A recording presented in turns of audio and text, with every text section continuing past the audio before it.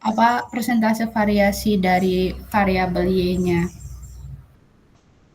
Nah, kalau ini SKR 0 artinya apa? Kalau 1 artinya apa? Kan nanti paling kecil kan 0, paling besar kan 1. Ya, kalau 0 artinya model regresi sama sekali tidak bisa menjelaskan variasi dari variabel Y atau variabel hasil. Dan variabel X atau prediktor yang digunakan tidak memiliki hubungan linier yang berguna untuk memprediksi Y.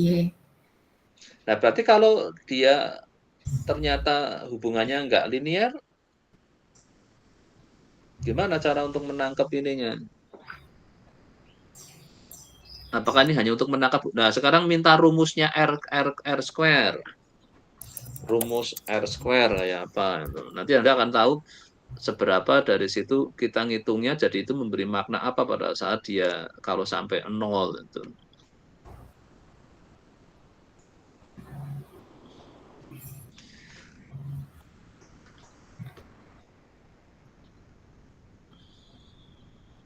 Nah, si biasa kan kalau Anda misalnya tadi daripada misalnya saya tanyakan Anda diam, nah sekarang kalau saya nguji kadang kalau dia diam akhirnya tak suruh pakai ChatGPT itu jawabnya.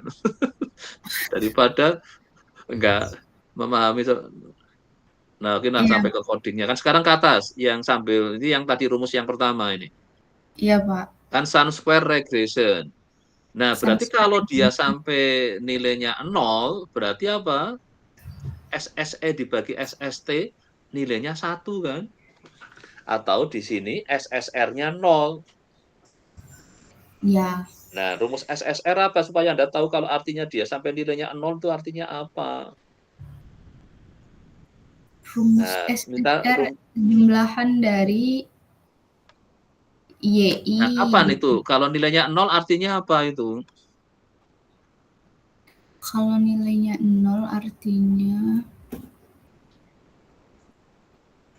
Enggak, tadi dari rumusnya aja. Tadi lihat dari rumusnya aja. Lihat rumusnya tadi, rumusnya SSR. Kapan ini dia 0? Kalau Y topinya sama dengan Y bar. Itu nilainya akan 0 itu. Ya kan, karena Y topi dikurangi Y bar sama kan berarti nilainya 0 kan itu. ya Kalau Y topi sama dengan Y bar artinya apa? Anda tahu Y topi? Itu kan prediksinya kan. nilai Y prediksi bar dari adalah rata-rata Y-nya. iya. Nah, kalau dia semua sama, itu akibatnya SSR-nya 0. Kalau SSR-nya 0, berakibat apa? R square-nya 0. Gitu. Nol. Nah, kalau Hmm, SSE itu adalah antara topi dengan datanya, Y-nya dengan kan. datanya, ya data aktualnya. Nah, makanya kadang ada orang yang milih kalau kebetulan di sininya dia nilainya kecil, maka ada yang nggak mau melihatnya pakai yang SSE atau MAE tadi. Anda tahu, Anda pakai apa? Jadi MAE sama apa? MAE Yang satunya sama RMSE. Nah, ya, nah, caranya Anda lihat rumusnya supaya Anda akan tahu maknanya di balik itu ya. Jadi rumusnya MAE. Nanti kan dikasih. Nah, cara belajar sekarang cepat supaya apa ya? Kita melakukan sesuatu itu tahu maknanya di balik itu gitu. Jadi kemarin, wah gimana saya jangan pakai R square, jangan R square-nya kecil gitu. Ya, oke, padahal R square tadi mencerminkan apa tadi? Nah, itu nanti Anda kebetulan tadi 77%, jadi ya oke lah. Nah, ini yang kalau lihat MI berarti apa? min Antara absolut. prediksi dengan datanya, itu Ya, kalau sampai semua sama persis, berarti kan artinya apa? Nilainya nanti 0 kan? Wah, prediksinya dengan kenyataan persis itu. Wah, hebat sekali kan? Itu misalnya model Anda itu. Sampai sisa prediksinya sama dengan kenyataannya. Padahal nggak mudah kan membuat prediksi sama dengan kenyataannya.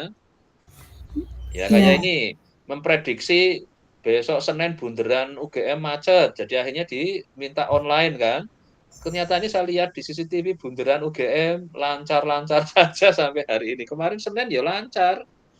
Cuman kelihatan ada yang mau demo sedikit. Tapi kan sudah diputuskan diliburkan sampai Kamis kan. Nah, sampai saya juga mau acara juga dibatalkan semua, padahal sudah booking di ininya kan. Nah, artinya prediksinya meleset enggak?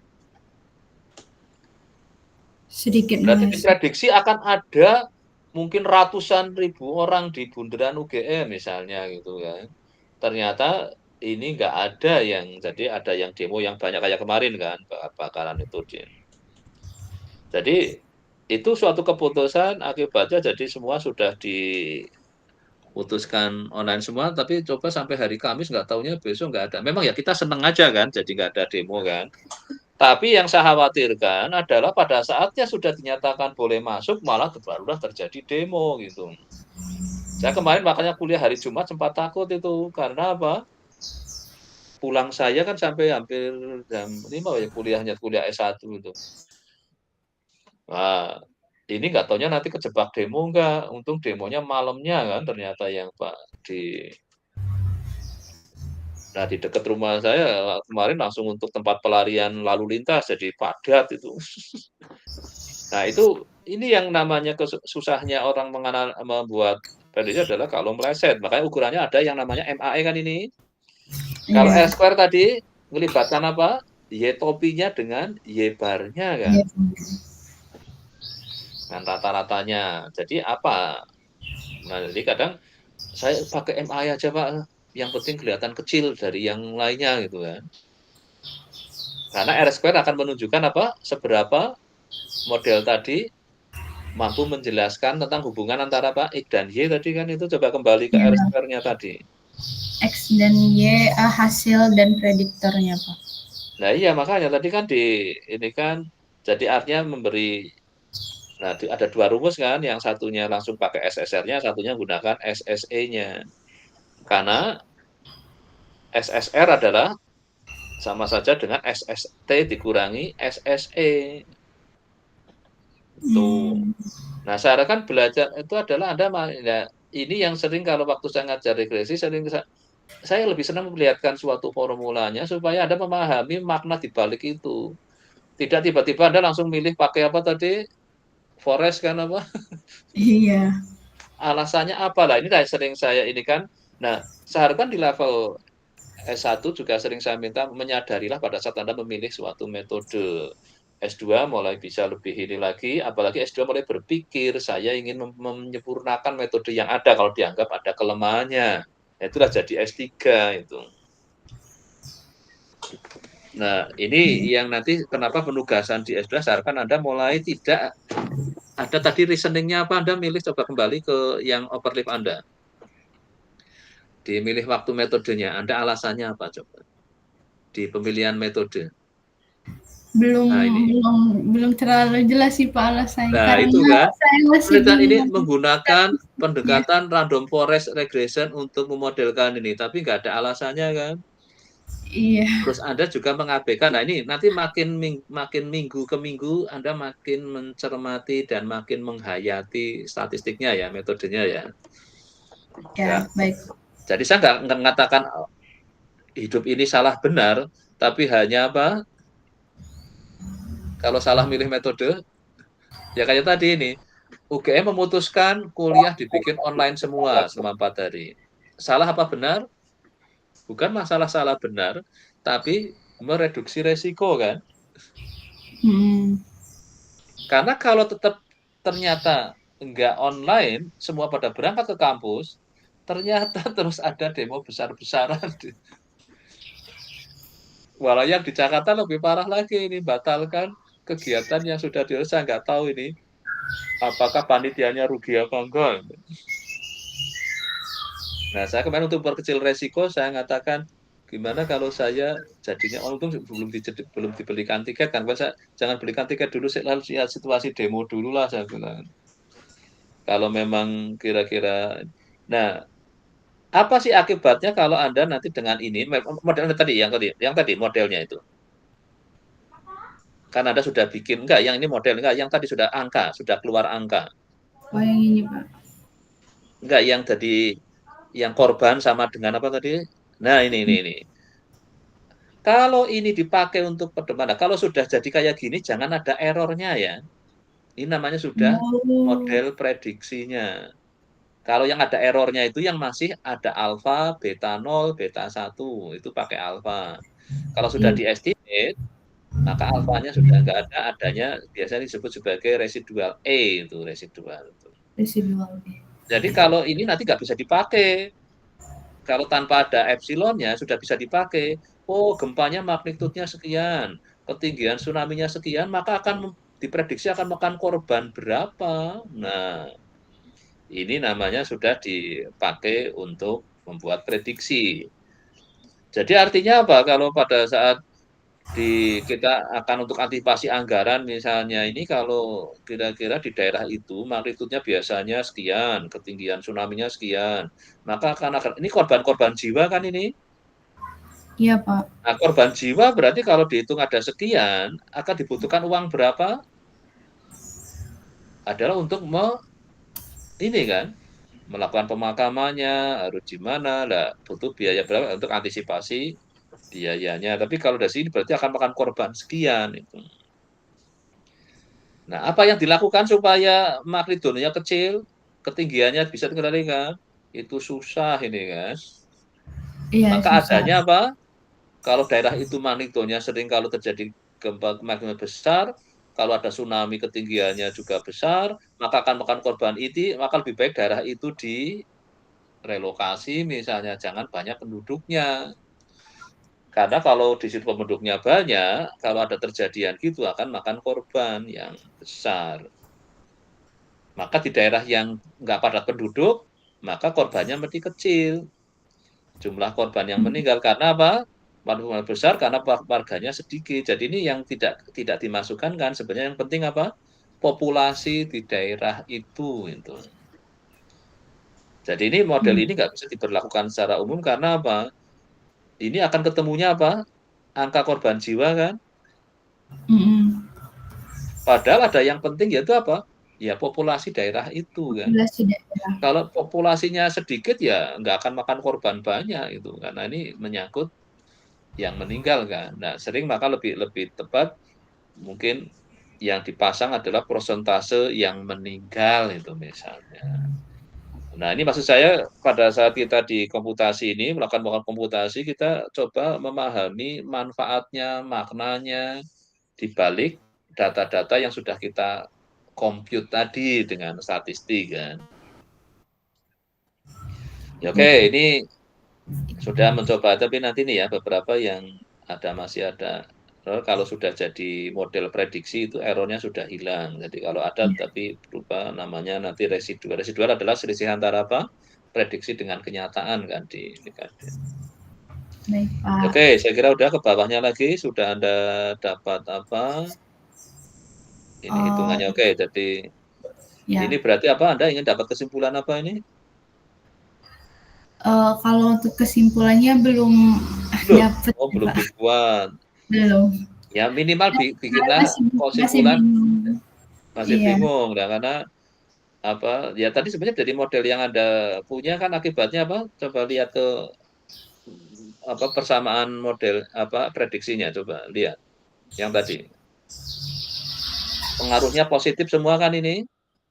Berarti magnitud sama ketinggian semakin dia nilainya besar, dia akan makan korban makin banyak. Iya.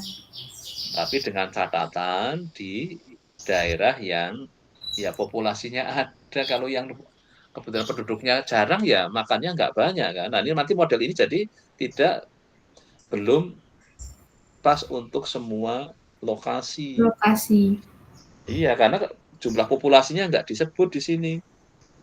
Lokasi itu padat penduduk apa enggak? Coba kalau di Hmm. Pulau Jawa yang padat penduduk, makan korbannya lebih banyak lagi. Maka kemungkinan prediksi Anda akan meleset. Gitu. Iya, benar, Pak. Nah, itu makanya nanti perhatikan pada saat kalau kita sudah mulai ingin nerapin statistik, hati-hati supaya nggak dapat kesimpulan yang menyesatkan. Gitu. Siap, Pak. Ini saya kemarin mau jadi korban statistik juga masalahnya kan. Dites alergi di tangan saya pakai kulitnya itu oh nggak ada alergi disuntikan 2 jam kemudian saya sesek kan bahaya nggak perawat sama dokternya yakin, "Enggak, Pak, ini hanya Bapak aja yang enggak." Lalu kenyataannya saya alergi terhadap obat itu ternyata, tapi dampaknya ke paru-paru, jadinya sesek kan, nggak iso napas kan. Ya kalau dibiarin ya bisa fatal kan. Nah, itulah kerja statistik kadang bahayanya di situ. Jadikan pedoman SOP kan, ditesnya cuman Anda pernah dites alergi pakai di tangan aja kalau mau nah itulah yang ternyata bisa berbahaya kan. Nah, dianggapnya outlier kadang statistik. Nah, ini kerja statistik kadang saya sebagai orang statistik, janganlah terus menganggap bahwa semua itu pasti. Statistik nggak ada kepastian. Karena apa? Kalau pasti berarti kan semua aman kan? Kenyataannya kan enggak. Nah, itulah yang kemarin saya sampai akhirnya ini kan setelah saya ini. Besok lagi jangan memandang bahwa SOP ini pasti pasiennya sesuai yang kamu mau kan. Enggak. Nah, contohnya saya ini, itu suatu fakta kenyataan saya bilang. Karena kalau itu membahayakan pasiennya kalau kamu biarin gitu, karena nganggap kamu sudah sesuai SOP sudah benar. Karena SOP itu dihasilkan dari kerja statistik kan, dites, kan ada orang melakukan penelitian itu kan. Penelitian itu hanya dengan sampel yang dia ada, tapi memang mayoritas ya aman itu, tapi kan tidak berarti 100%. Nah, kalau ada anomali, ada itu ya harus diakomodasi, jangan terus dipaksakan, sudah benar sesuai prosedur, ya sudah. Nah, itu kerja statistik itu bahayanya di situ, kerja dengan statistik itu. Karena dengan sampel tidak berarti pada saat itu disimpulkan aman, tidak berarti aman bagi semuanya, gitu.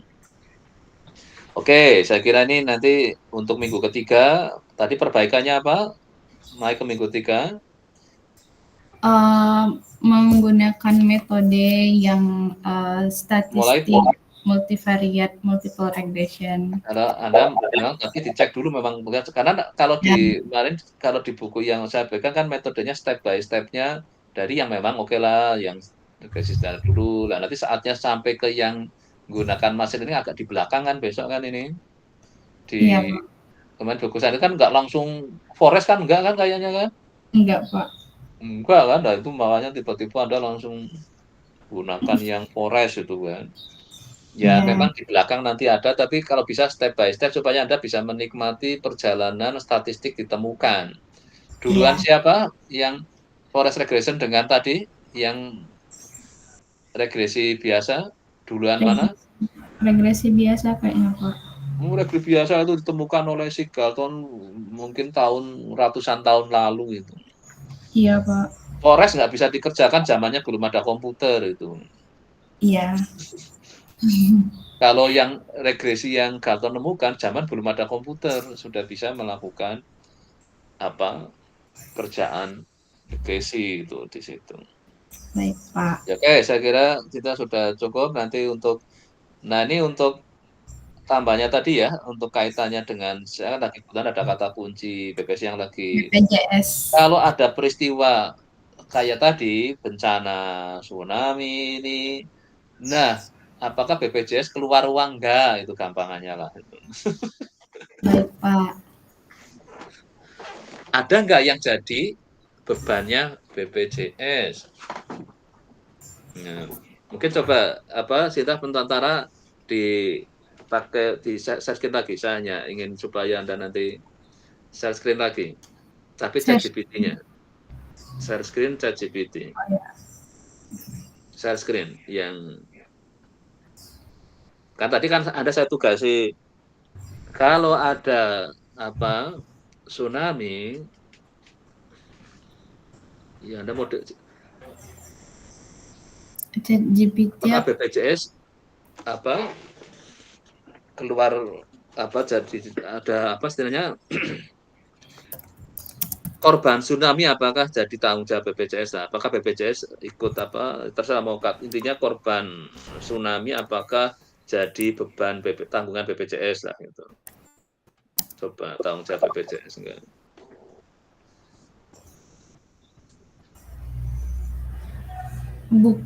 bukan Pak. Hmm. Ini Tapi kalau terus dia sakit, dampak lanjutannya korban jiwa atau luka-luka, terutama yang terjadi karena bencana alam, tidak tanggung jawab BPJS. Jika korban tsunami mendapatkan perawatan medis, biaya pengobat tersebut bisa ditanggung oleh BPJS. Nah, ini kan lanjutannya kan. Saya mendapatkan perawatan medis, biaya pengobatan tersebut bisa ditanggung oleh BPJS asalkan korban tidak sebagai. Nah, ini kan berarti tetap ada dampaknya kan BPJS kena kalau dia perawatan, tapi karena bencana alam bukan merupakan tanggung jawabnya. Itu pada saat kejadiannya, tapi lanjutannya kan ada Oh, kan. ada, Pak. Kalau patah tulang gitu ya, Pak?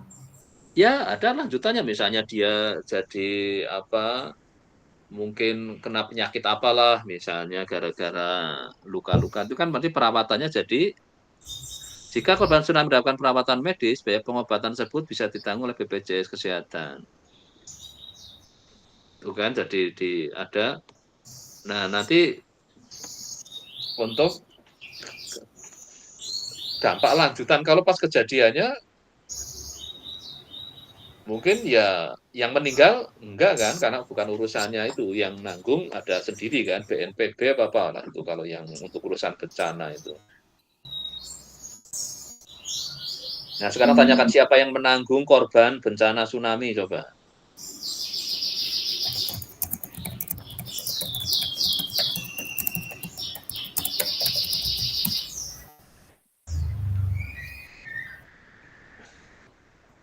Pemerintah, Melalui Badan siapa? Penanggulangan Bencana. BNPB kan yang BNPB. Iya, Nah, ini benar kan ini. Jadi ini BNPB, nah, BPJS Kesehatan apa coba bawahnya itu. untuk biaya pengobatan. Nah, berarti kan dampaknya terus asuransi. Ada kalau yang diasuransikan. Ya, yang kesehatan, nah, finansialnya. Nah, inilah yang nanti kalau Anda misalkan apa ya LSM ya ada kan yang ikutin. Dan nanti yang jadi perhatian di sisi kita ini adalah bagaimana dampak dari suatu bencana juga ke konteks ke asuransi itu. Jadi ada tetap kerugian finansial yang masih bisa berkelanjutan yang harus di-cover oleh siapa. Nah, ini saya kan nanti setelah Anda ngurusi tsunami juga ngurusi kan secara finansialnya tadi ya. Kayaknya belum tadi ya, belum ngelihat finansialnya ya. Walaupun ada Anda nyebut kerugian tadi ya, ada ya. Kerugian finansial ya. Ya, Tapi belum kerugian diolah ya. finansial. Iya, Pak. Belum ya. Ya oke, nanti untuk minggu ketiga Anda naikin levelnya sambil nanti nambah metodenya kan yang ini kan. Ya oke, saya kira sudah cukup. Nanti silakan ya untuk yang minggu ketiga sudah tahu kan apa yang Anda harus. Pokoknya jangan langsung pakai yang canggih-canggih dulu lah yang Iya, siap, Pak. biar apa Anda menikmati step by step dari metodenya lah itu. Baik, Pak. Terima kasih, Pak. Ya, oke. Ini berikutnya siapa sih? Kalau Rasi sudah ada, karena kan Rasi kan Ya, Pak. apa mau yang lain dulu? Nanti Rasi karena sudah kebanyakan ini, mungkin yang Italia dulu aja. Italia sudah selesai ini urusan dengan prodi Italia. Oh belum ya, kayaknya masih lagi pertemuan itu, belum selesai kayaknya ini. Ya oke, berarti Nisrina dulu. Nisrina kemarin untuk yang masih tetap ingin fokus urusan apa tadi? Yang Iya, Pak. akreditasi. Iya. Itu pakai biaya enggak? Enggak kayak. Oh, Pak, nggak mungkin. Akreditasi itu, pakai. wah, itu mengeluarkan dananya besar itu. Disuruh bikin Iya, ini, betul, bikin ini, Pak. bikin ini. Wah, dibalik itu uang semua itu. Apalagi kalau menyangkut nanti untuk hasil risetnya, publikasinya di mana, supaya untuk menaikkan level sampai kayak yang UGM ini, itu biayanya besar sekali. Nah, itu maksud saya Anda coba lihat, sudah sampai yang ini sudah mulai mikirin di balik apa Anda Iya. tadi hanya ngurusi akreditasi apa ya, nggak salah ya. Coba silakan Anda share screen dulu aja untuk yang minggu kedua apa. Nanti saya tambahin seperti tadi yang Cynthia itu. Coba share screen minggu kedua Anda sudah ingin apa terkait komputasinya. Tadi kan sudah melakukan komputasi juga kan. Sambil nanti pokoknya Kemarin pakai yang kan, canggih-canggih dulu lah itu. Ya, iya kemarin Anda Bapak sudah bilang coba komputasi hmm, untuk yang apa kemarin GLMM-nya kan. Nah, terus sudah hasilnya apa? Jadi tujuan analisisnya kan kalau ini saya baru mencoba untuk menguji pengaruh jumlah mahasiswa terhadap proporsi prodi unggul pada tingkat prodi PTKI. Oke, dapat apa sudah? Jadi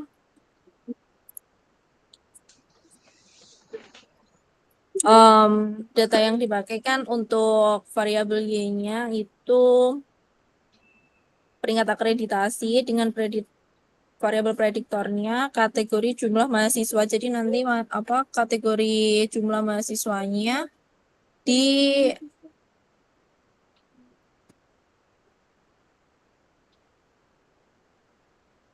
dibagi jadi low, medium sama high gitu Pak untuk apa kategori jumlah mahasiswanya. Ukurannya ada nggak ukuran yang objektifnya bahwa low itu mahasiswanya berapa, medium, high? Belum belum ini Pak, Anda belum saya apa namanya? Saya baru pakai apa langsung di R Studio gitu. dipasrahkan Langsung. aja gitu. Ya, biasanya kan mungkin pihak apa debatnya sudah punya ukuran sendiri kan kadang-kadang. Ya nggak apa-apa Oh nanti iya mungkin nanti dikonfirmasi. Ya, disesuaikan sama ini regulasinya. ya. Oke, terus Terus dengan formula ini menyusun model dengan struktur ini yang nantinya probabilitas sebuah prodi itu termasuk ke dalam kelompok akreditasi unggul atau tidak. Untuk perbandingan model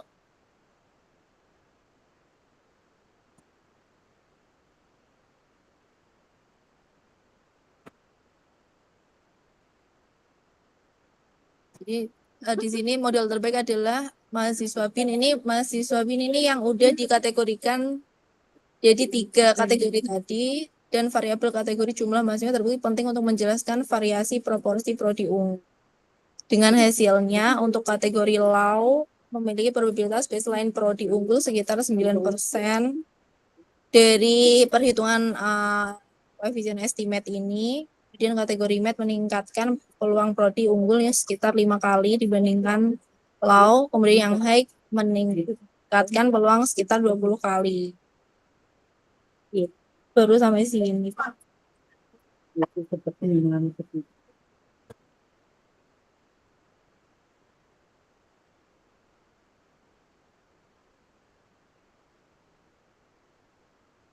orang sampai sini Anda berarti dapat apa untuk kepentingan tadi? Iya, ini baru apa dengan satu prediktor. Jadi untuk prediktor lainnya kayak belum saya coba gitu, Pak. Tapi signifikan ini prediktornya ya. Jadi kalau untuk ini akreditasinya dia maksudnya levelnya medium gitu ya. Apa? Jadi maksudnya Anda Y-nya apa tadi? Peringkat akreditasi. Peringkatnya? Peringkatnya unggul dan yang lain. Oh, dibuat 2 macam. Iya, Unggul sama tidak iya unggul gitu aja. untuk yang Iya. ini ya, Pak. Saya coba untuk yang model ini gitu. Nah, kategori low, medium sama high itu untuk jumlah mahasiswanya. Oke, berarti kesimpulannya makin banyak mahasiswanya makin bagus metode apa? Ininya peringkatnya. Betul. Kategori high meningkatkan peluang prodi unggul sekitar 20 kali dibandingkan kategori yang low. Nah, kira-kira benar enggak bahwa semakin banyak mahasiswanya berarti perguruan tingginya makin bagus peringkatnya? Iya, makanya ini kan saya belum coba untuk yang variabel lain. Padahal malah kebalik kan biasanya yang peringkatnya bagus mahasiswanya akan banyak, yang peringkatnya rendah mahasiswanya sedikit karena bodoh nggak mau kan. Ya kayak UGM kenapa banyak yang milih kan karena dianggap unggul kan. Nah, berarti mahasiswa itu milih milih milih apa namanya?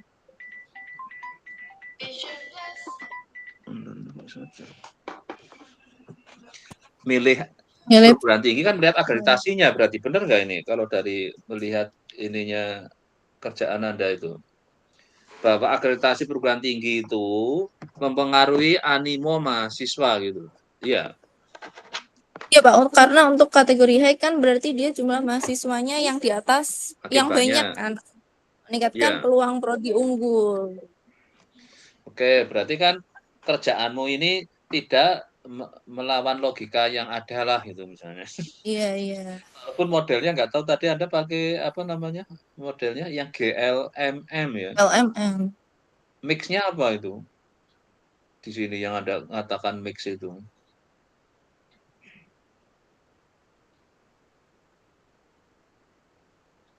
Baru ini. Model hanya linear saja kan, Ya, linear model.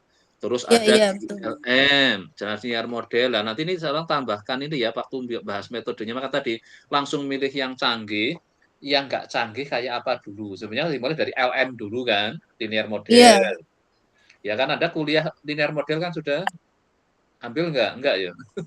dan Kan enggak. ada model linear, terus ada generalized linear model. Terus akhirnya perlu ada mix. Nah, sebenarnya di sini Anda dengan yang masih sederhana kayak gini, sebenarnya memang sudah perlu hanya cukup LM aja, apa GLM, apa sudah GLMM. Nah, ini ya, nanti tolong dicermati ya. Iya, Karena apa? Anda langsung gunakan nama GLM, memang di package-nya langsung GLM ya, di Python-nya. catch-nya Sudah. GLM sih, Pak. GLM. Apa Iya, GLMM sudah? GLM. Makanya ini kan jadi tidak kelihatan sebenarnya apakah di running pakai LM aja mungkin sudah bisa misalnya. Apakah harus GLM? Apa harus GLMM itu? Coba nanti saya Ya, cermati. jadi nanti banyak kalau saya inginkan Anda di komputasi ini step by step-nya supaya dinikmati ya. Kayak tadi Sopo yang kita kan langsung ke forest itu. Forest regresi, padahal ada regresi yang biasa dulu kan. Ya, maksud saya supaya kita ada step by step-nya merasakan sebenarnya ada linear model dulu kan. Kenapa kalau dipaksakan gagal misalnya, hasilnya jelek lah misalnya. Sebetulnya bisa jalan tapi mungkin hasilnya jelek. Ukurannya pakai apa kinerjanya? Tadi kan ada mau R-square, mau MAE, mau MSE atau RMSE tadi kan yang Cynthia tadi kan. Kalau Anda pakai apa untuk ukuran akurasinya? Belum. Ini. Oh, AIC. Oh, ini AIC. Nah, ini kan ada AIC ya. Oke, modelnya Anda dua model ya, mahasiswa apa nih?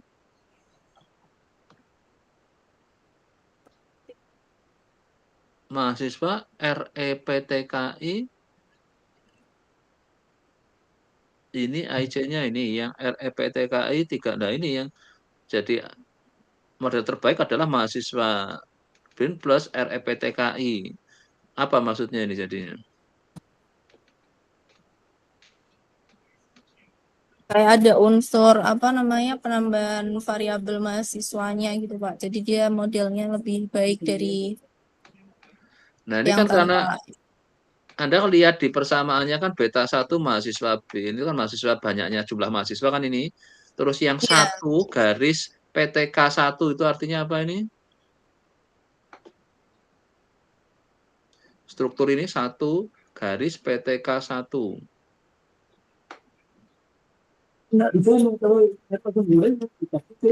Oke, nanti ini ya. Saya harapkan Anda step by step-nya kelihatan ya, supaya Anda melihat bahwa improvement-nya. Nah, ini untuk kepentingan kalau sudah S2 kan ingin S3, jadi akan melihat perjalanan. Oh, ini loh kalau pakai hanya waktu level S1, level S2, level itu. Artinya gini, improvement metode di statistik itu ada motivasinya ya. Dalam rangka memperbaiki kemampuan analisisnya kan. Jadi ini Anda tiba-tiba pakai yang sudah langsung ini, coba Anda kerjakan dulu pakai LM, nanti akurasinya kayak apa, naiklah pakai GLM, terus naik pakai GLMM itu. Nah, kenapa kok jadi misalnya ternyata yang paling baik yang menggunakan GLM? Nah, kira-kira karena apa? Nah, itu Anda coba pahami ya, untuk Baik, Pak. di step by step-nya itu.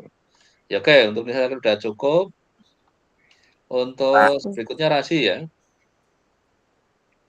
Ya Pak.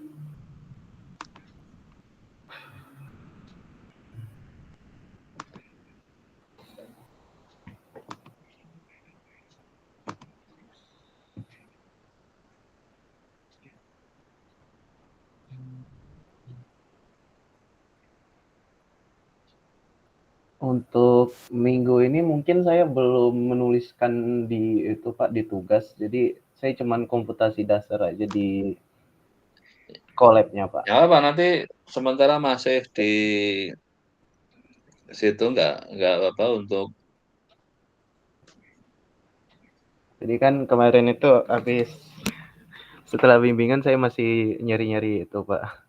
Jadi lupa itu lebih ngelengkapin lagi yang di sini. Jadi di minggu kedua itu niatnya saya mau nguji apa? Jadi memang untuk yang hari ini fokusnya pokoknya komputasinya. Jadi Anda masih di collab juga nggak apa-apa. Tapi kalau baiknya sudah ditaruh di artinya apa sih yang saya lakukan di minggu kedua kemarin kalau salah saya tugas lebih ke metode statistik yang masih ini kan, Masih yang level kecil bawah atau lah apa? istilahnya, Iya, yang Pak. belum ke yang canggih-canggihnya nggak usah. Tapi dari yang nggak canggih tadi, kita bisa membunyikan data dengan baik, memahami data dengan itu sudah artinya kan dengan metode lama nggak apa-apa. Nanti akan saya pandunya berdasar step by step itu ya. Iya, Pak. Jadi kalau bisa usahakan tetap lihat buku yang saya berikan ya, statistical learning ya. Jangan langsung apa yang canggih-canggih gitu. Iya, Pak. Di Beda nanti share untuk juga saya kepentingan kalau apa yang tesisnya memang iya kita nanti yang pakai yang paling canggih gitu ya. di sini Oke, saya yang masih ini pakai duluan yang deh. linear sih, Pak. Masih pakai yang Oke ya, OLS. dapatnya apa? Dapatnya itu di sini saya gunain dua. Satu untuk yang inflasi antara variabelnya itu interest rate atau suku bunga dan juga cost rate atau nilai tukar, kurs tukar gitu. Nah, di sini dapatnya itu untuk dua variabel ini dia tidak signifikan dengan R square di 0,483 dan juga untuk homogenitasnya itu dia bersifat homogen. Namun untuk bukan namun, bersifat homogen serta untuk uji normalitasnya sendiri inflasi itu dia berdistribusi normal itunya apa residualnya gitu Pak.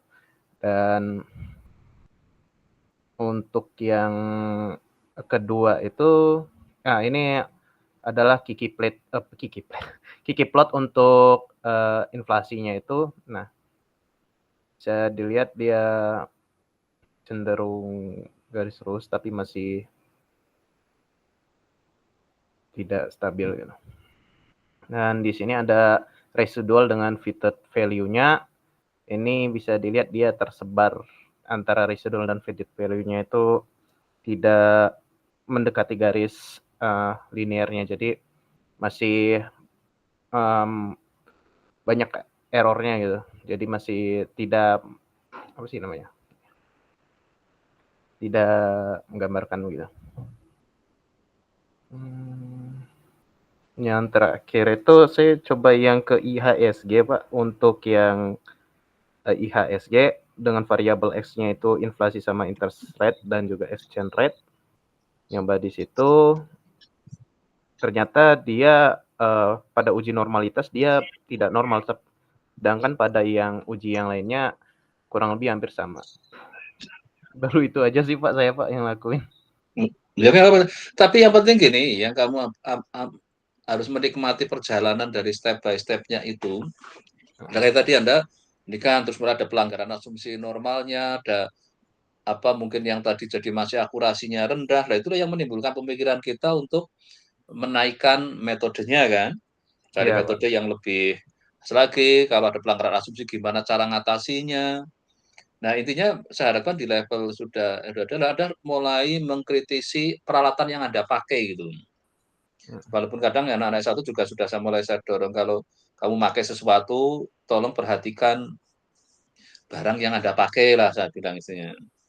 Jangan asal pakai tanpa dipikir ininya. Nah, setelah tidak ada harapannya, saya ingin lama-lama menggunakan metode yang tercanggih yang sekarang. Mungkin nanti di kuliah akhir ini nanti, sementara yang komputer statistik yang canggih kayak apa sih, yang untung mungkin dengan data kasus yang Anda miliki. Nah, misalkan tadi yang kalau saya kaitkan yang beberapa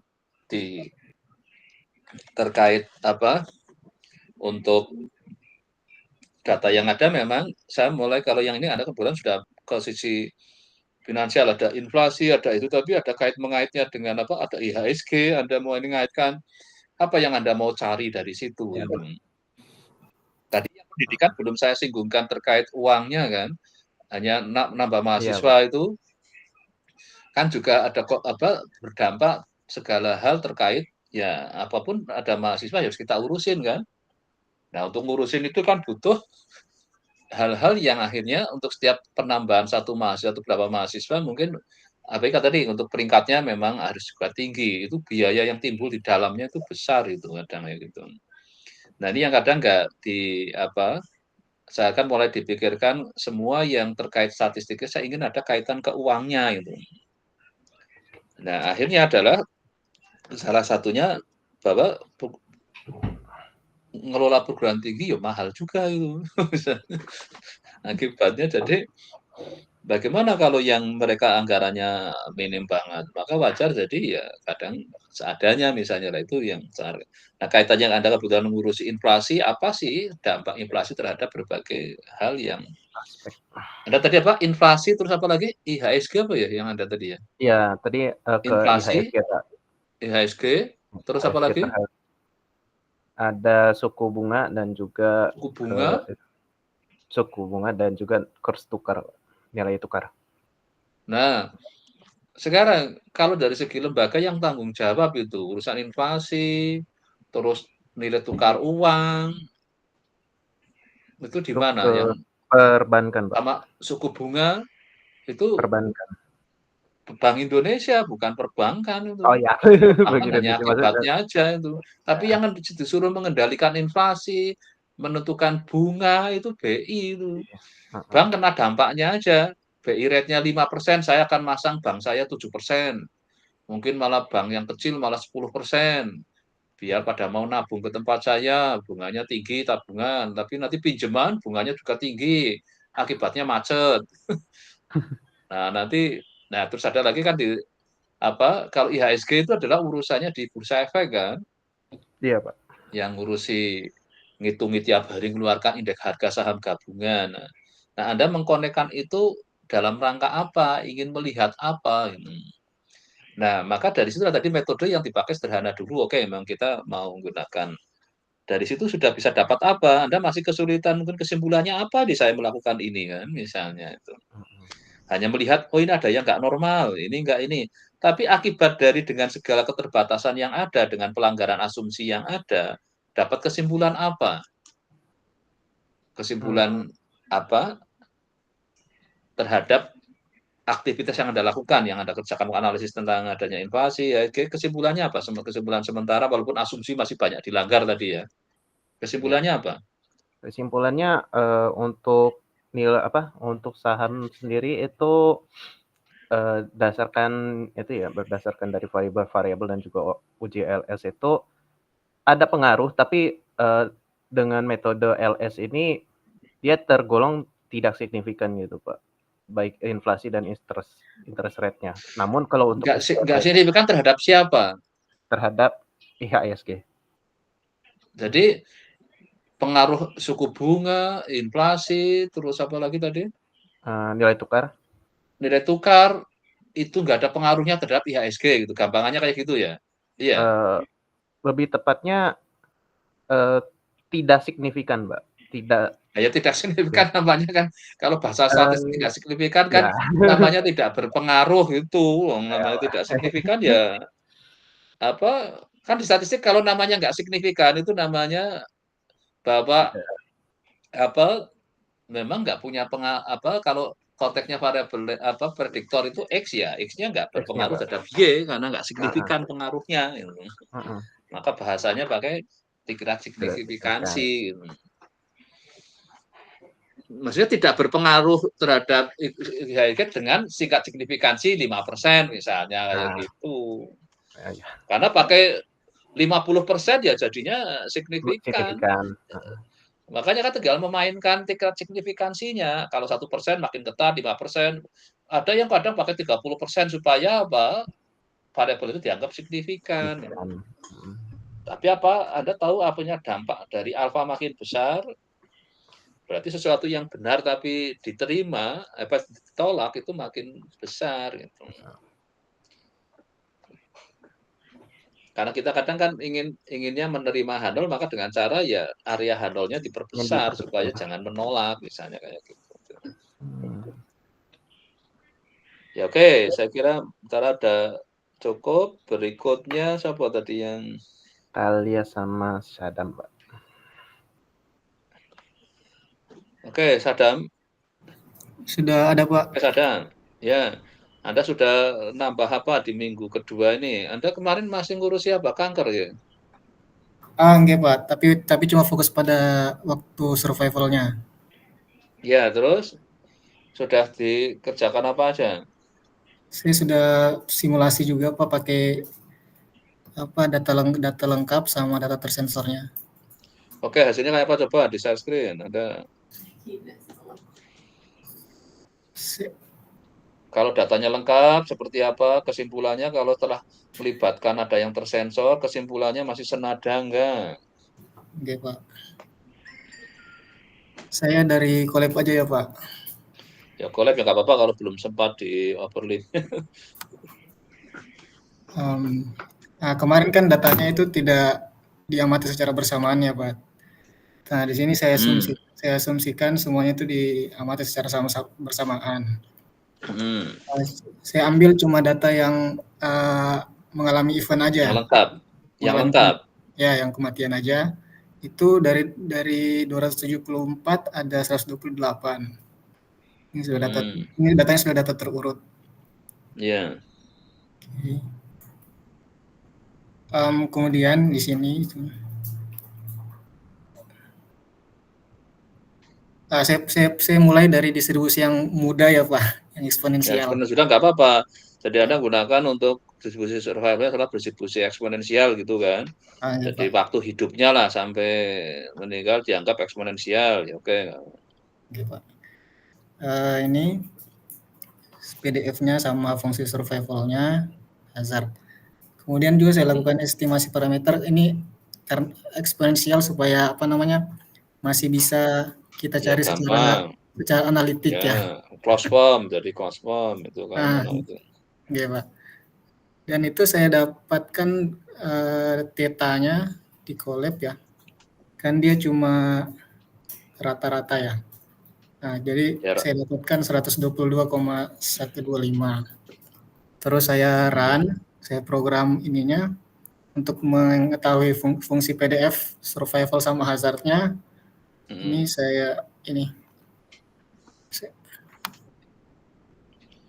hazardnya kan konstan kalau eksponensial kan itu jadi. Iya, Pak. Karena Anda pakai asumsinya eksponensial ya berarti hazard rate-nya konstan itu.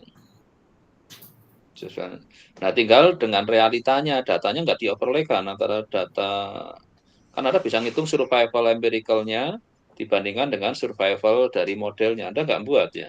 Oh, kalau itu belum, Pak. Belum, ya oke. Jadi nanti di-overlay kan, jadi nanti Anda memaksakan asumsi eksponensialnya akan ketahuan, oh ternyata jauh banget, oh enggak taunya hazard rate-nya enggak. Nanti dari yang ini empirik dari datanya, Anda kan belum menggunakan datanya hanya untuk ngestimate tadi ya, untuk ngestimate lambda topinya kan? Ya, oke. Iya. Iya. Nah, nanti kan data realnya kan akan bisa dilihat, Anda empirical survival-nya kan ada, nanti bisa di-overlay kan antara model dengan empiricalnya, nanti akan ketahuan bahwa modelnya sesuai enggak dengan datanya. Ini kan namanya dengan grafis ya, diperlihatkannya itu. Iya. Ya, oke, baru sampai sini. Masih ada, Pak. Terus lanjut lagi saya. Ini kan data lengkap tadi, Pak. Oh, yang sekarang sensornya ya. Nah, sekarang yang sensor tipe 2-nya saya ambil R-nya itu sampai 80 dari 128. Jadi yang tersensor itu ada 48. Yang tersensor itu ada 48. Kemudian di sini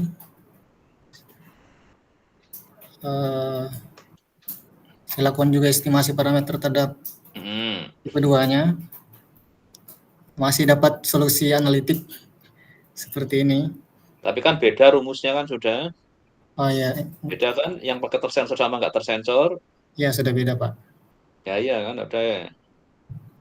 Oke, dari 80 tadi yang R-nya 80 dari 128, ini saya dapat fungsi PDF survival sama hazardnya kayak gini. Tapi kalau dibandingkan dalam satu frame itu Ya. kayak relatif sama. Cuma di bagian Tapi kalau hazard hazard rate-nya ini lumayan jauh kan? Iya Pak. Karena ini dianggap hazard rate konstan, kalau dioperasikan kan nggak terlalu ini. Tapi nanti kalau ini belum dibandingkan dengan empiricalnya loh, ini baru modelnya loh ini yang sama-sama di pakai eksponensial. Tapi Anda bisa bikin empiricalnya? Oh, nanti saya cari tahu lagi Pak. Nah ya, nanti kan ada untuk bikin empiricalnya. Jadi nanti dari dua ini yang lebih dekat ke empiricalnya yang mana itu. Ya. Nanti akan ketahuan kan bahwa ternyata nggak layak eksponensial itu misalnya kayak gitu. Kan bisa Weibull, bisa gamma, bisa, tapi memang nanti bisa lebih. Ya tadi Anda kan ingin cari mudahnya dulu lah itu kan. Nggak apa-apa memang untuk step by step, tapi setiap dibalik kemudahan ya ada yang ternyata kadang kurang kan. Nanti disilakan ya, tetap setiap ini kan namanya Anda kerja dengan modelnya itu. Tapi nanti dengan real datanya Anda bisa bikin survival empiricalnya, terus PDF empiricalnya, terus juga hazard rate yang dari empiricalnya, nanti akan kelihatan itu. Tapi yang penting lihat dampaknya dari yang lengkap sama tersensor, itu kan ada, walaupun di gambar kayaknya tipis, tapi pada saat tertentu kalau terlalu banyak yang tersensor mungkin bisa juga kita bisa dapat kesimpulan yang mungkin, dan nanti Anda bisa bereksperimen kalau yang tersensornya makin banyak akibatnya apa, itu dilihat dari hazard rate-nya aja ini. Kalau Anda bikin satu lagi yang tersensornya, ini tersensornya berapa persen dari keseluruhan yang Anda buat ini? Dari 128 itu 80, sekitar berapa ya? 70% kayaknya Pak. Nah nanti Anda bikin eksperimen kayak gitu, 70% yang tersensor ya, apa yang lengkap? Yang lengkap 70%. Oke, nah nanti 70% yang lengkap, lama-lama dinaikkan yang 80% yang lengkap, 90% lengkap, sampai yang 100% lengkap tadi kan? Iya Pak. Nah nanti hazard rate-nya sama nggak nih nilainya itu? Itu yang nanti, karena hazard rate kan yang menunjukkan ini kalau hazard rate-nya masih tinggi, menunjukkan wah ini survival-nya juga dia masih tinggi. Nanti kan Anda bisa bikin fungsi survival-nya juga. Ini kan kalau yang pakai ini kan sudah di bawahnya yang lengkap kan ini survival-nya kan itu. Iya sudah. Nah nanti kalau semakin prosentasenya yang lengkapnya ini berarti 70% ya. Nanti mungkin 60%, 50%, lama-lama kok kebanyakan yang tersensornya. Akibatnya apa itu? Jadi artinya kayak seperti orang teliti tentang survival, tapi baru sebentar langsung berhenti penelitiannya karena biayanya habis. Jadi akhirnya yang lengkapnya cuma dapat 10% misalnya. Bahaya nggak? Intuisi dulu, intuisi. Bahaya Pak. Nah itulah makanya, jadi kadang karena faktor tadinya saya akan dapat proyek 3 tahun, mungkin saya bisa ngamati yang lengkapnya banyak kan, nunggu yang meninggal. Kalau kanker kan misalnya tadi kalau katanya dokternya bisa 6 bulan, ada yang sampai 6 tahun. Nah kalau Anda proyeknya cuma berapa 1 tahun, mungkin dapat yang lengkap sedikit sekali, karena yang meninggal di bawah 1 tahun itu sedikit, yang lainnya tersensor semua. Sama kalau Anda dapat proyeknya 6 tahun, malah mungkin hampir di 90% lengkap. Nah kan beda nanti kesimpulannya itu. Nah itu yang maksud saya, nanti Anda bereksperimen di situ ya, untuk melihat juga nanti dari sisi benar nggak eksponensial ini tepat. nanti kan ada ujinya sebenarnya, bisa lifetime-nya itu layak disebut distribusi eksponensial apa enggak itu misalnya. Tapi nggak apa-apa, nih step by step Anda lakukan dari metode yang paling sederhana, cuma di sini yang Anda belum melakukan regresi survival-nya ya. Iya, Pak. Belum ya, baru Belum. survival. Ya oke.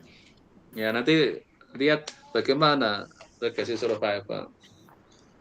Ya oke, saya kira udah cukup. Ada terakhir siapa? Talita ya. Oke, silakan. Mana sih? Stop.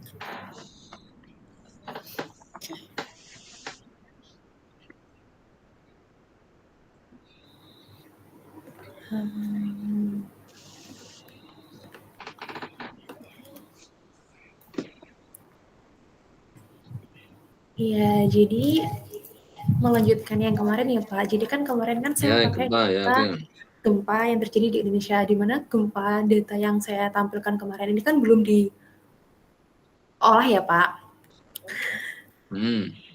Nah, lalu jadi ini saya udah kerjain di R, di mana tuh tadinya yang saya pilih itu saya teliti semua gempa yang terjadi di tahun 2009 sampai 2024. Lalu untuk wilayah yang terjadi itu, karena dia percatatannya berdasarkan titik koordinat ini saya kelompokkan jadi terjadinya setiap provinsi.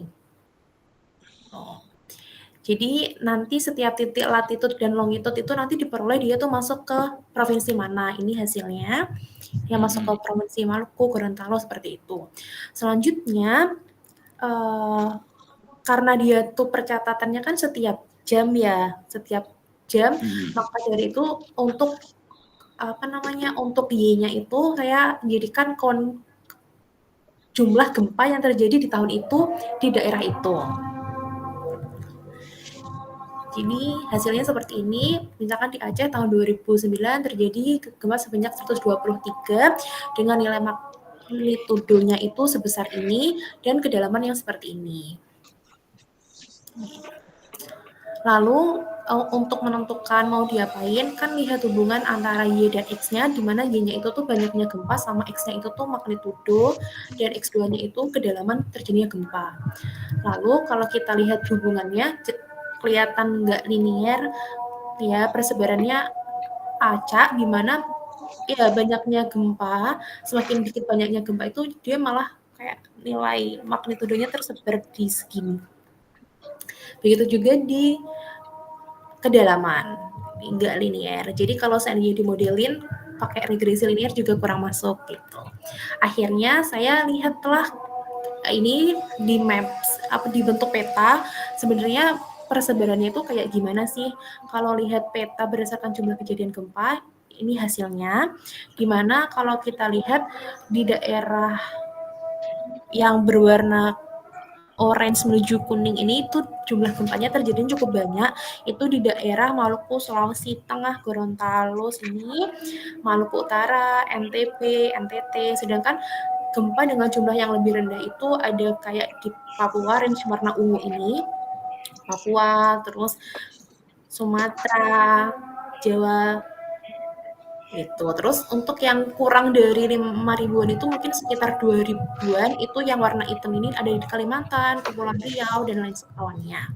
Nah, untuk habis ini saya masih clustering sih Pak, saya masih cluster gempa yang terjadi itu berdasarkan kekuatan magnitudonya sama kedalamannya, terus diperoleh ini hasilnya 3 cluster, di mana cluster yang ketiga ini ada di Kepulauan Riau, atau nggak terlalu kelihatan yang kuning-kuning kecil ini, masih seperti itu Pak. Ya oke Mas, jadi nanti untuk memang tetap ada panduan step by step-nya supaya metodenya tidak langsung ke yang paling canggih. Baru nanti mengatakan, oh linear nggak cocok, nekat aja linear dulu. Nanti akan dilihat kejelekannya kayak apa itu. Jadi maksud saya, jadi nggak harus langsung ke yang paling canggih. Mulailah dari yang paling sederhana. Justru di situ Anda nanti bisa mengkritisi metode-metode, nggak linear kok dipaksakan linear misalnya. Terus ini mungkin nanti ada aspek geografisnya. Kan sekarang ada regresi juga yang pakai geografis kan, atau GWR itu misalnya kayak gitu. Ya. Nanti aspek waktu, tapi oke lah, nanti yang penting ini Anda kalau usahakan selalu gunakan yang paling sederhana dulu, karena sesuai ini memang di bukunya kan saya buat dari yang paling ini dulu, karena ini supaya Anda bisa ikut belajar bagaimana statistik ditemukan dari yang paling sederhana dulu itu. Dan dari situ memang mungkin kelemahannya jadi ada, maka perlu naikkan terus kayak gitu. Ya, oke, nanti harapannya sampai saatnya untuk tesis sudah yang paling canggih yang ada misalnya. Ya, oke, makasih untuk kalian. Sudah semua ya berarti ya. Oke, sekarang saya akan ganti share screen ini yang untuk kita diminta ke ruangan lagi.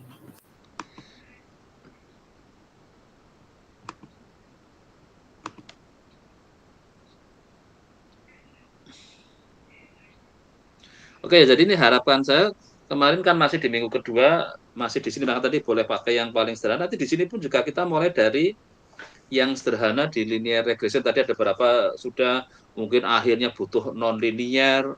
Untuk yang bisa juga, tadi kalau datanya ada spasialnya mungkin bisa ke GWR, Geographic Weighted Regression, boleh, tapi startlah dipaksakan dulu dengan yang linear itu ya. Nanti tapi Anda kritisi kelemahannya apa tadi yang dari nah ini kan ada pelanggaran asumsi normal, karena di linear regression nanti kan ada asumsi-asumsi yang menyertainya kan. Jadi nanti di situ mulai ada pelanggaran apa. Nah, memang harapannya nanti dengan step-step ini sampai akhirnya tadi yang survival sebenarnya masih besok di sini kan.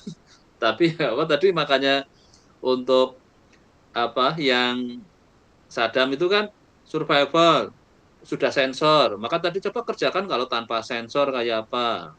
Nanti terpaksa harus pakai sensor. Nah, memang kemarin saya nggak apa-apa, tapi tetap mulailah pakai yang sederhana dulu. Nah, saya nyari untuk ingin melihat regresi survival. Jadi faktor-faktor apa yang menyebabkan orang kok umurnya panjang, survivalnya tinggi. Nah, kalau tadi terkait Anda tadi kanker ya, Sadam ya, iya ya. Itu apa sih sebenarnya yang menyebabkan jadi dia lebih tinggi misalnya kayak gitu. Nah, ini nanti walaupun ini nggak selalu harus, tapi harapan saya nanti kan setelah tadi ada itu juga ada ingin langsung ke clustering ya. Bolehlah nanti kenapa kalau langsung sudah mau ingin clustering? Bagaimana untuk klasifikasi itu. Nah, di buku yang ini kan kemarin sudah tahu kan bukunya ya, untuk yang di ini kan ada untuk yang itu statistical untuk dengan, dan juga ada yang statistical learning ya. Dan saya ini kan ya untuk kayaknya di Google Drive-nya juga sudah saya berikan itu. Buku-bukunya ya yang di ini kan nanti bisa diperoleh, ingat saya sudah.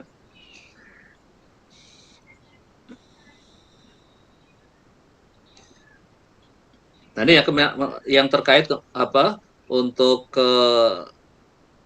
nah ini tadi yang yang melakukan pada saat masih model biasanya masih ada epsilonnya, tapi kalau pada saat sudah jadi Y-topi, ini kan tujuan kita ingin mencari F-nya untuk prediksi atau inferensi gitu.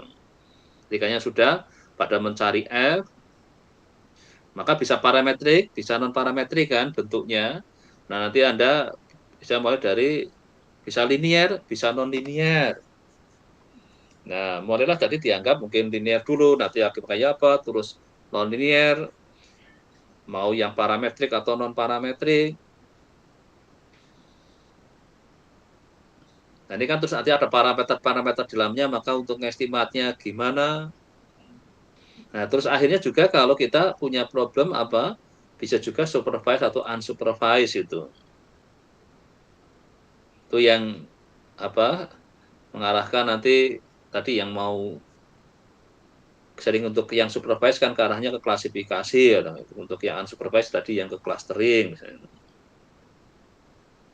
Nah, terus mulai masalah akurasi ya dari untuk modelnya itu. Ini tadi ukurannya, maka tadi ada yang pakai MAE, ada LMSE.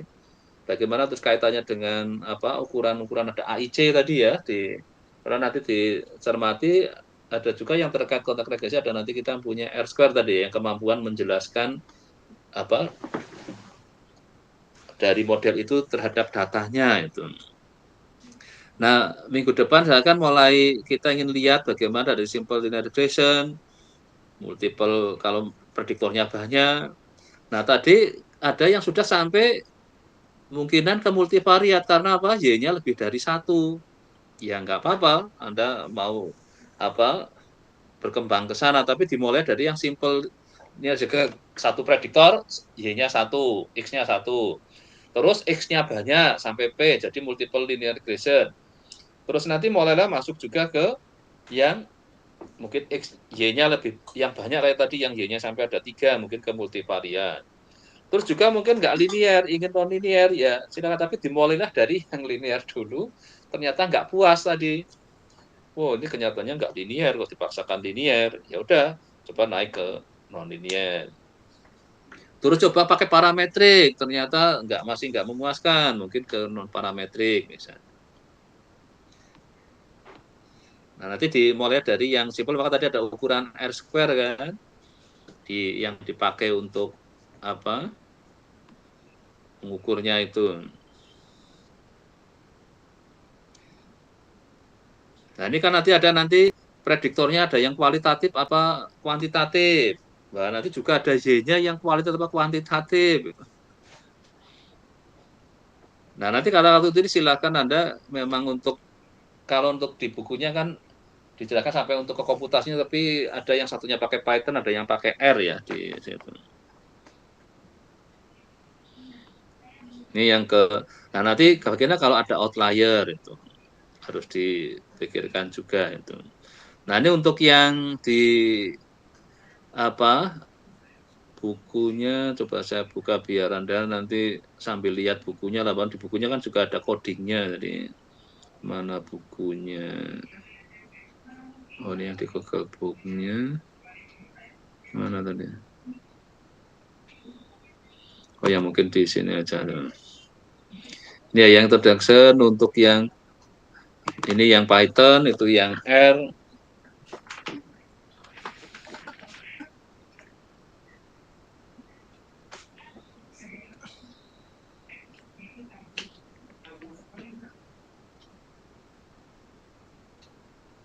Oke, lama. Oh ya, sambil saya lihat persen sebentar sambil nunggu itu ya. Karena ini biar saya nggak lupa. Perkuliahan. Nanti tolong Rasi coba ke Mas Wira ya. Nanti kalau memang jadwalnya sudah diubah yang aduh mana tadi. Jadi nggak mau sih.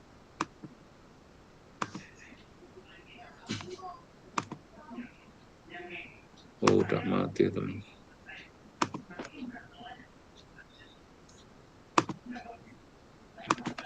Enam satu.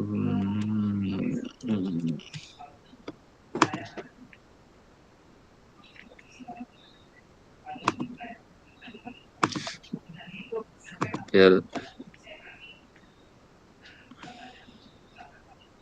Tadi yang di depannya yang hari Senin, Selasa, mana ada Selasa nih. Jadi kan sampai 10.50. Maka ini Mas Rasin itu kan harus mengikuti ini kan. Kalau kita masang jam 10 tetap nggak mau. Maka nanti yang hari Rabu mana ya? Mana ya?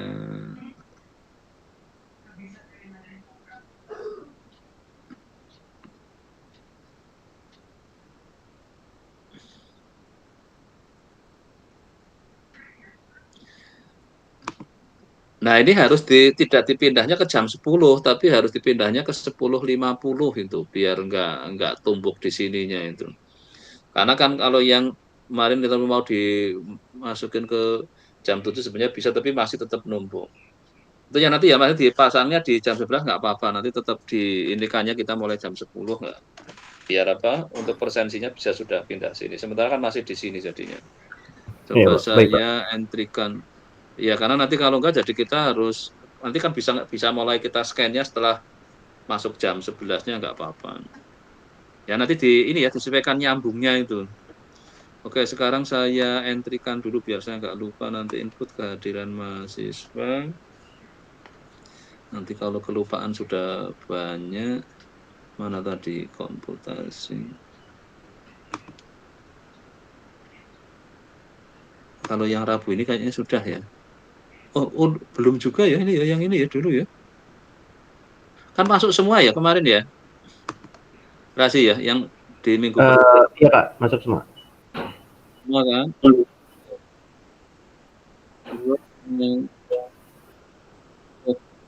Jam masuk.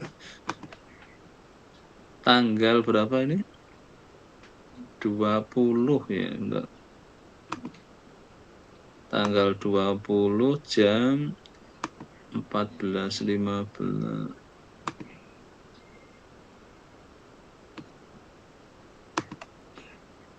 Oke, udah bisa. Nah, udah. Terus yang hari kedua ya. Ini kan minggu kedua, ini minggu ketiga. Mana dan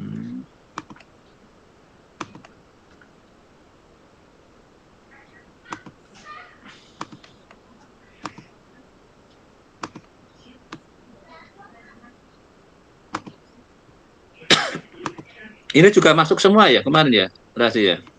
Iya ya? Iya Pak. Iya. Iya. Masuk semua ya.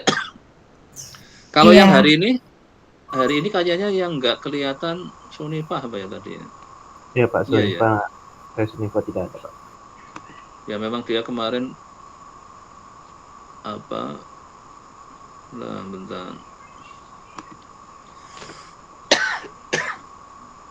Ini kan yang harusnya hari ini kan ini.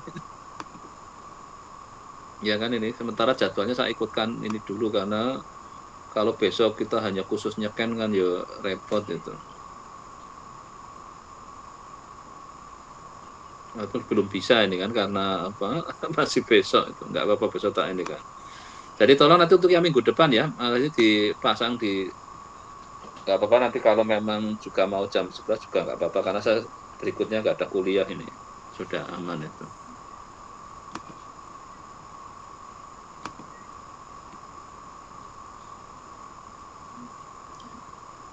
Karena seharusnya 7.30 sampai 10.50 ini kalau resminya di apa untuk. Ya, oke, ini untuk kembali yang di sini. Nah ini jadi ada codingnya, jadi kalau mau silakan nyoba step by stepnya juga nanti apa sarankan juga nyoba salah satu soal mungkin yang gunakan data, mungkin datanya Anda tapi pertanyaannya coba ngikutin ini gitu maksud saya itu. Jadi Anda nggak usah harus apa yang datanya pakai Anda, tapi kira-kira pertanyaannya, kasusnya ingin nanyakan apa, kalau bisa dari sini ya, supaya Anda terpandu melakukan analisisnya itu. Lewat bantuan pertanyaannya ini. Jadi misalnya tadi Anda ingin buat prediktor kuantitatif. Nah, apakah semua tadi ada yang kualitatif, ada yang kuantitatif? Enggak. Nah, minimal. Terus range untuk kuantitatif prediktornya, range-nya antara berapa sampai berapa. Nanti kan dengan perintahnya nanyakannya minimum, maksimum.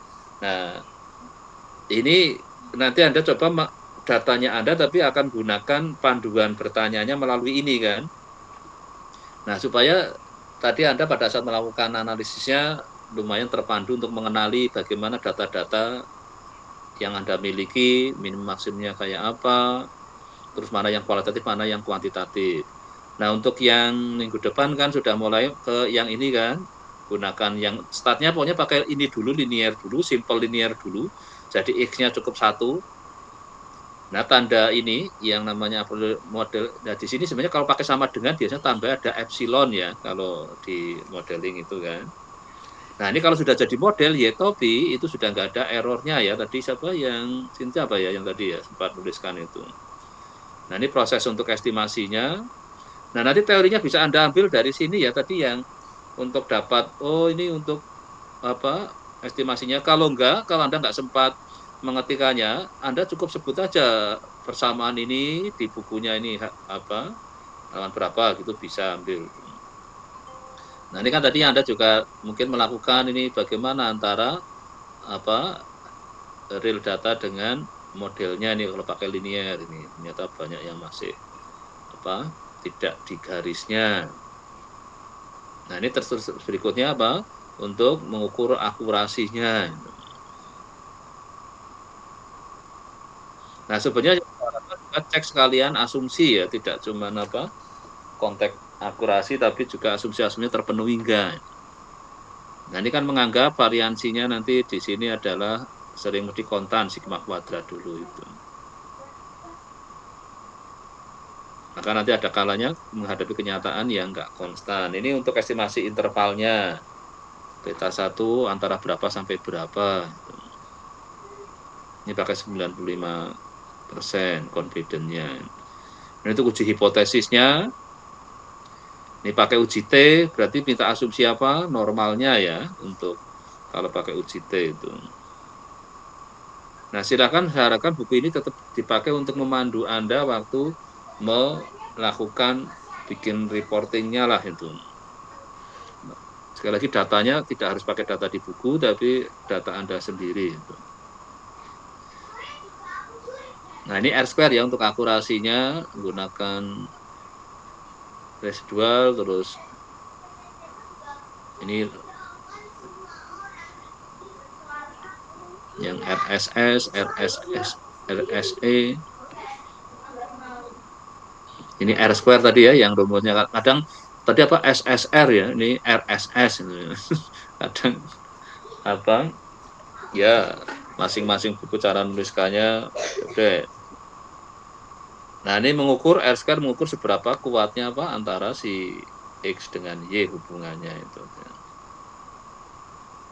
Maka sering R-square diperoleh dari R kecil dikuadratkan. Maka ada beberapa yang memandang R-square nggak perlu kalau kita tidak dalam konteks, karena R-square R besar ini sama saja R kecil kadang dikuadratkan, ini jadinya seperti apa? Ini kan mengukur korelasinya adalah yang linear itu. Pada saat korelasi nggak linear, kadang R-square jadi sudah nggak penting dipakai itu. Terus ini yang main ke multiple, ini jadi prediktornya banyak ini sampai. Jadi kalau ke arah prediktor namanya multiple, kalau ke arah Y-nya yang banyak jadi multivariat. Ini proses estimasinya. Ini ilustrasi apa? Ya, antara kalau digambarkan di 3 dimensi ya, karena ini ada X1 ada X2. Kalau cuma satu kan tadi ya garis.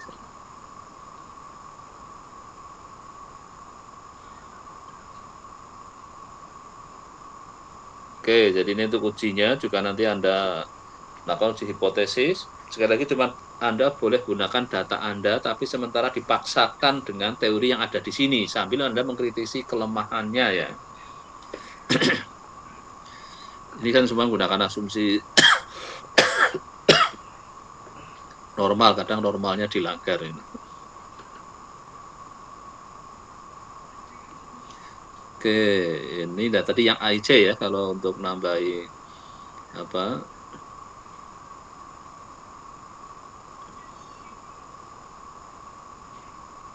Ini kalau diregistrkan nanti kita menggunakan data CP-Melo itu untuk mengukur berapa, apakah semua harus masuk semua prediktornya. Dipakai CP-Melo bisa juga menggunakan ini forward selection, backward selection, big selection.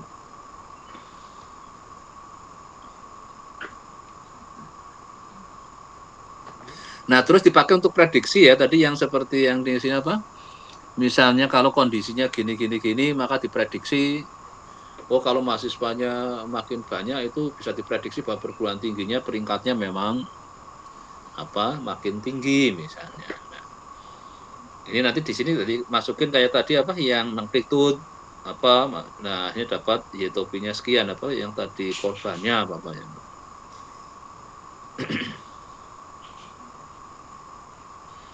Nah, bisa juga prediktornya kualitatif. Tadi kayaknya sudah ada yang pakai prediktor kualitatif belum ya? Kayaknya belum ya tadi ya. Masih kuantitatif semua itu. Nah, ini jadi bisa juga prediktor itu kualitatif ya. Nah, tadi melihat untuk apa kondisi ini kasih kode 1, kondisi yang ini kasih kode 0, seperti itu. Ini yang gunakan ada yang kualitatif. Nah, bisa juga prediktornya lebih dari 1 ya, 1 levelnya maksudnya banyak, jadi bisa juga butuh namanya dummy variabel ya kalau yang cuman kayak gini 01. Jadi ada 3 kondisi kayak gini. Ini untuk yang east, ini west, ini south.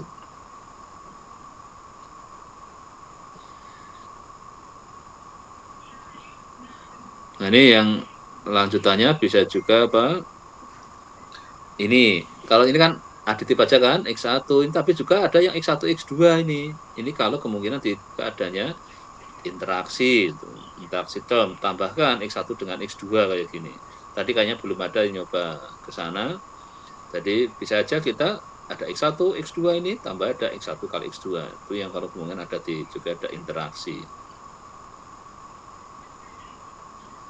Nah, coba tolong ya untuk yang tugas berikutnya mulai memandu dari sini. Dan ini yang non-linear. Bagaimana kalau kita ingin masuk ke non-linear ini baru yang kuadratis itu. Ini kan jadi gambarnya udah beda kan, degree 2 sampai degree 5.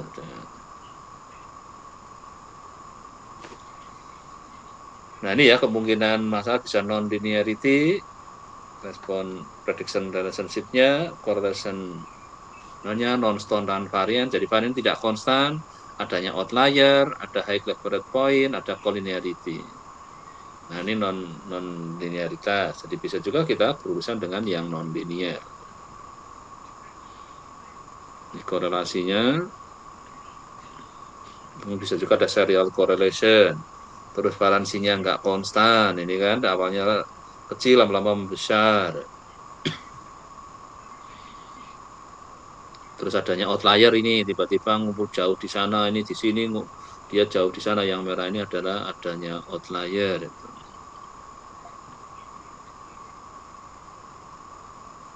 Ada high leverage point, jadi nilai-nilainya jadi wah ini ada ini aja tidak di daerah sini aja, kalau ini kan agak bar tapi ada yang seperti ini.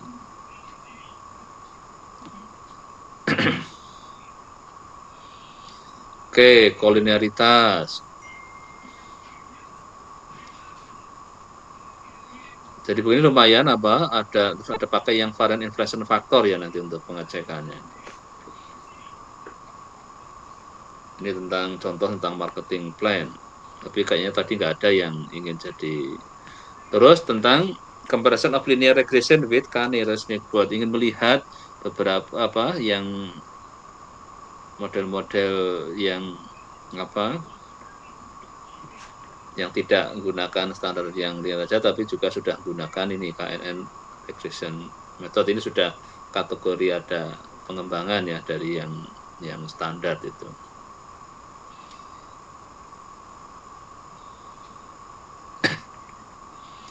Nah, yang penting pada saat Anda ingin nyoba berbagai metode itu, benar nggak metode itu membuat ada menaikkan perbaikan atau akurasi. Nah, inilah untuk proses komputasinya ya ini ya, untuk memanggil apa. Jadi ini yang Python ya, kalau yang R ya Anda buka buku yang R.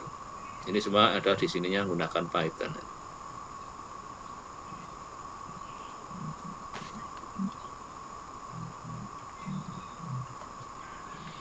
Ya, sekali lagi saya nggak minta harus ngerjakan soal di buku, tapi dengan data Anda, tapi pilihlah alur berpikirnya seperti dipandu dengan berbagai perintah yang mungkin soal di buku ini. Kalau ada beberapa memang, tadi ini kan ada yang terkait teoritik kan ini, ada.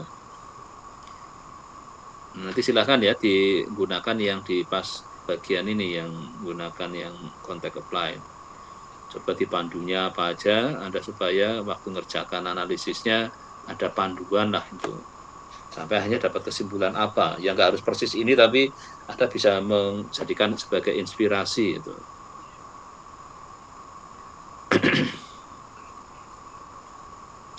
Ya, oke, untuk yang minggu ketiga tadi masih di konteks regresi, tapi sekali lagi Anda boleh agak sampai yang canggih, tapi dimulai dari yang paling tidak canggih ya, yang paling sederhana. Jadi jangan langsung menuju ke yang canggih aja, tapi dimulai dari itu. Oke, sampai sini ada yang ingin ditanyakan?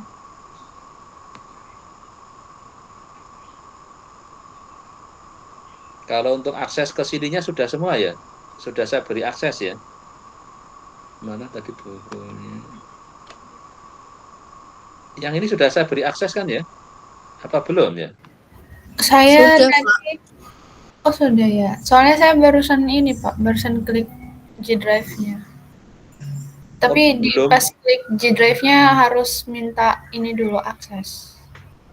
Ya oke, nanti saya kayak coba, mungkin biasanya Di G Drive-nya. Kalau yang overlay sudah Pak. Overlay sudah. Sudah. Oh yang ini ya kayaknya, yang mungkin Ya, belum Pak. saya ini ya kasih sudah.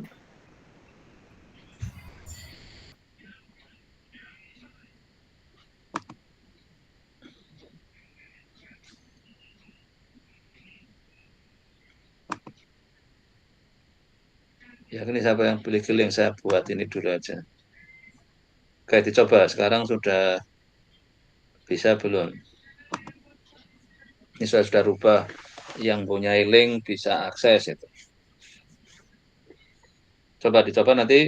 Jadi ini kalau yang mau pakai R, jadi saya nggak akan maksakan harus pakai Python. Yang pakai R, maka buka yang buku yang R ya. Yang ini untuk yang gunakan Python itu. Coba dicoba kalau masih ada yang misalkan sudah akses.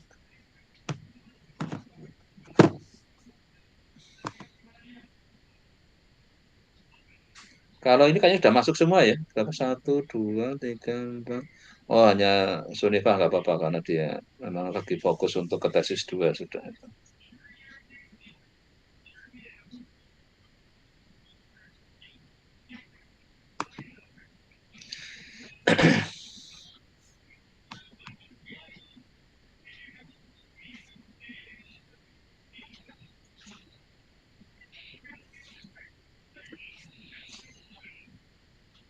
Oke, sudah nggak ada yang tanyakan lagi?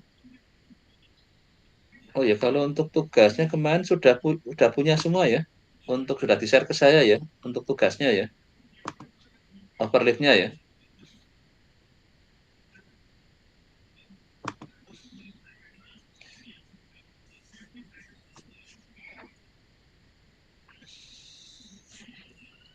Ya oke, saya kira untuk hari ini sudah cukup. Makasih itu nanti tolong Rasi ya ini kan biar presensinya bisa langsung ya. Oke, saya tutup data yang ditanyakan. Terima kasih. Nanti minggu depan tetap jam ya. Nanti memang ini ada overlap dengan yang depannya nggak apa-apa karena yang juga yang S3 kalau memang ikut nimbrung di sini ya nggak apa-apa. Karena saya harapkan semua yang yang mana ada lain kan nggak apa-apa gitu. Sebenarnya saya di kuliah semester ini di S1 ada manajemen risiko, ada corporate finance, sama teori investasi, tapi terus yang di S2-nya ada, maka bagi yang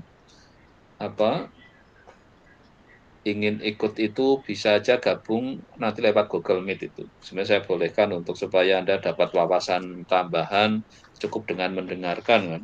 Nggak harus daripada sambil melihat bagaimana yang pada mengerjakan tugasnya, nanti kalau dari situ kan kita bisa belajar banyak itu.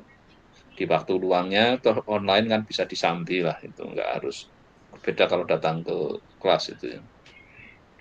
Baik, saya akhiri untuk hari ini. Terima kasih, selamat siang, saya tutup ya. Terima kasih, Prof. Oh ya, Prof, untuk yang S3 jadwalnya masih sama kayak tadi, Prof? Oh, masih sama, tetap. Jadi tetap sama seperti tadi. Cuma nanti kan kalau memang mau lanjut ini, nanti nyambung aja gitu. Ini kan untuk komputasi ya, biar Anda dapat kalau yang di sana kan lebih literal review, tapi kan apapun besok kan itu sampai komputasi. Maka saya harapkan yang S3 kadang ikut-ikutan juga ini. Toh online.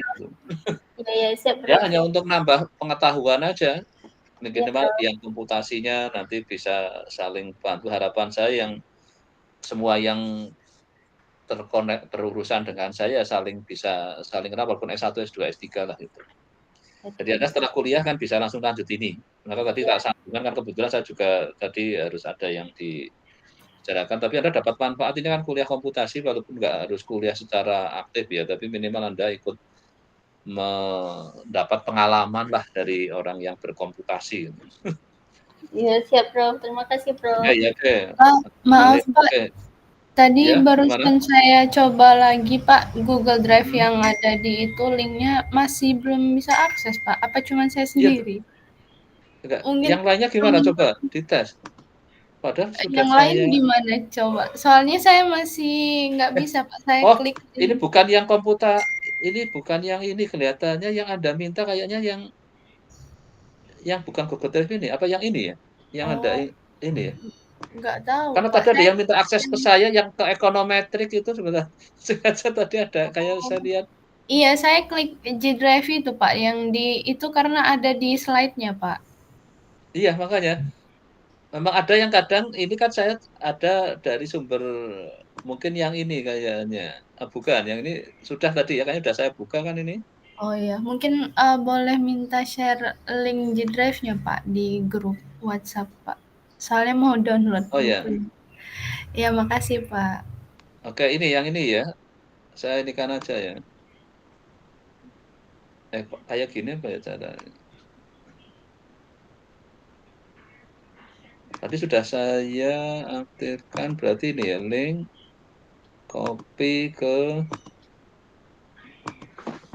grupnya apa yang komputasi.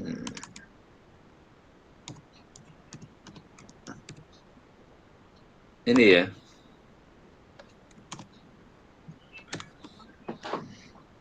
Harusnya sudah saya aktifkan, yang punya link bisa buka ya, harusnya bisa ini sudah.